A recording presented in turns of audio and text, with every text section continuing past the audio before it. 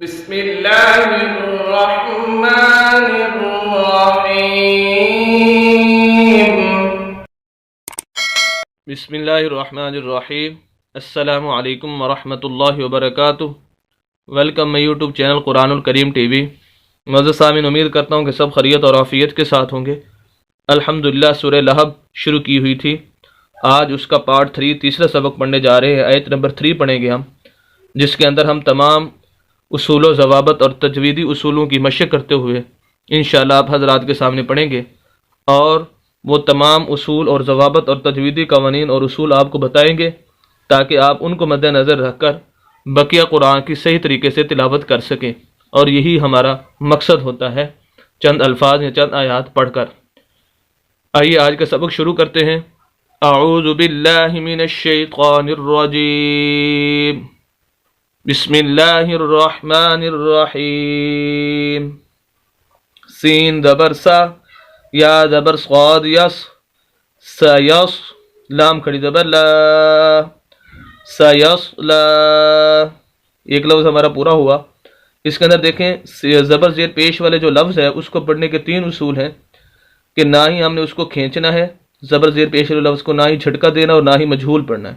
مثال کے طور پر سین زبر سا، اس کو لمبا بھی نہیں کرنا، اور اسی طرح سین زبر سا، اس کو جھٹکا بھی نہیں دینا، اور جو مجہول پڑھا جاتا ہے وہ زیر اور پیش کے اندر زیادہ تر ہے، زبر کے اندر نہیں ہوتا۔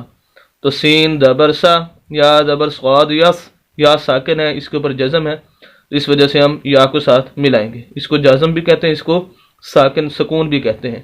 جس لفظ کے اوپر آج اس لفظ کو ساکن کہتے ہیں، صاد ساکن ہے، تو یا کو ساتھ ملائیں گے۔ سیس، لام کھڑی زبر لا، کھڑی زبر کھڑی دیر الٹا پیش، 3 حرکتیں ہوتی ہیں کہ جس لفظ کے بھی اوپر نیچے آ جائیں اس لفظ کو لمبا کر کے پڑھنا ہوتا ہے۔ اس کے آگے دیکھیں یا ہے، یا خالی، اس کو نہیں پڑھیں گے، یہ کھڑی زبر لام کے اوپر ہے، نہ کہ یا کے اوپر۔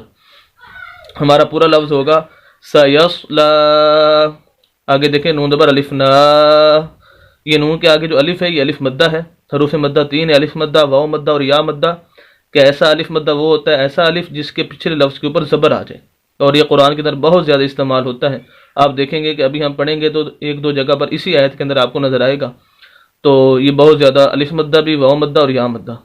تو یہ الف مدہ ایک کھینچیں گے، نا را دو زبر رن، غنہ کریں گے، یہ تنوین ہے، غنہ ہوگا، نارن، سیصلا نارن، زال زبر الف زا، الف مدہ پھر آ گیا، ایسا الف جس کے پچھلے لفظ کے اوپر زبر آ جائے۔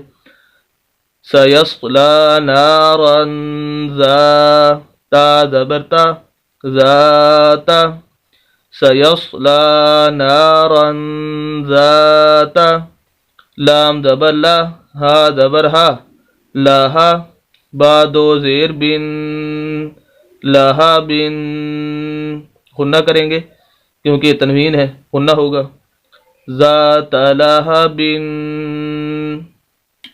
پورا لفظ پوری آیت ہماری یہ ہوگی، سیصلا نارا ذات لہب۔